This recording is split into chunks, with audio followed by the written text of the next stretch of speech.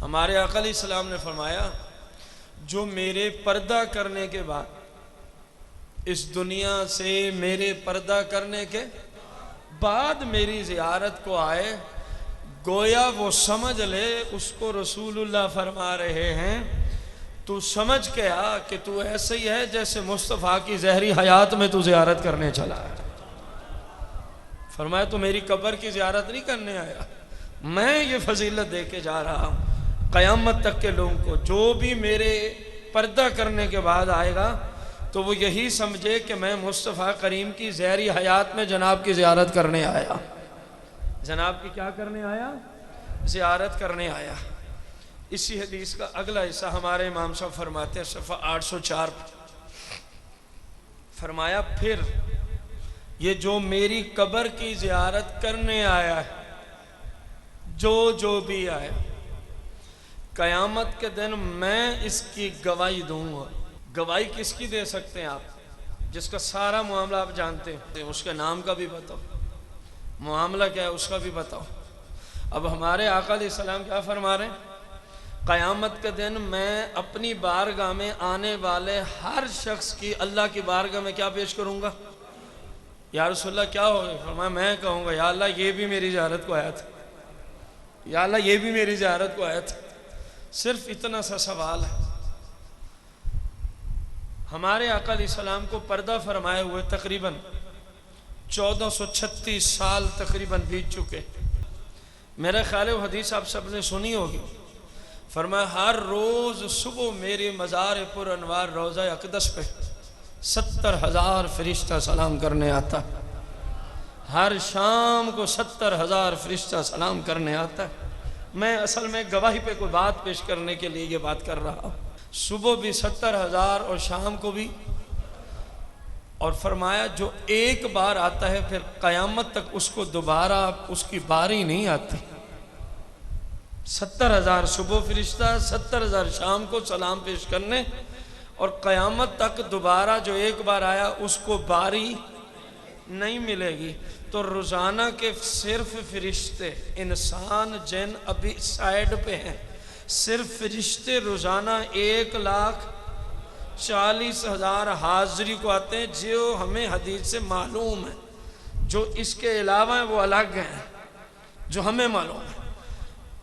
1,40,000 फरिश्ता रोज़ाना आता है। उस मौलवी से मेरा सवाल है जो कहता है नबी को कल का कोई पता नहीं होता।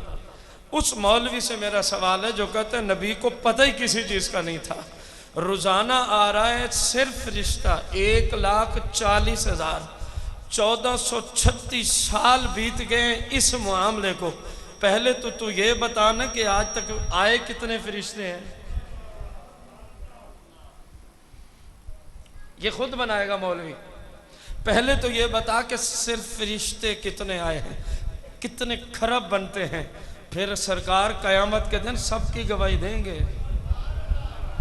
और फिर मैं तुझसे पूछूंगा जिन्नात में से कितने हाज़िरी के लिए रोज़ाना जाते हैं।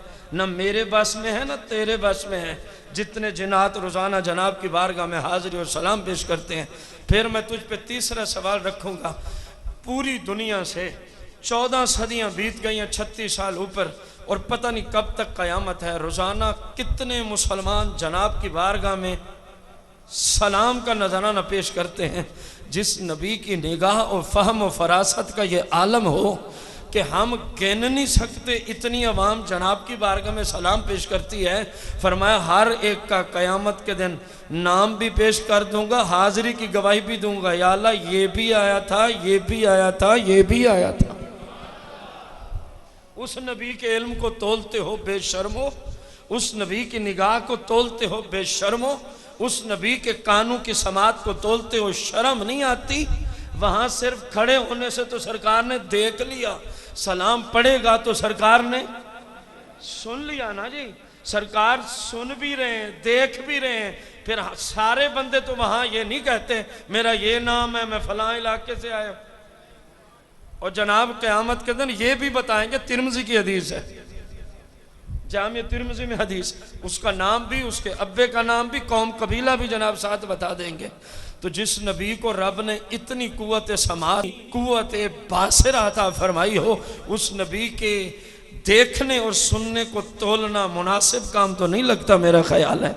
लेकिन शर्त यह है कि बंदा मुसलमान होना चाहिए, शर्त यह है कि बंदा हया वाला होना चाहिए।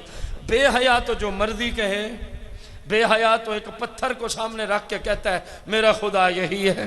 अब बेहया की क्या बात करनी। और फिर मेरे आका अलैहिस्सलाम ने फरमाया हर अपने ज़ायर ज़ियारत करने वाले की मैं गवाही पेश करूंगा।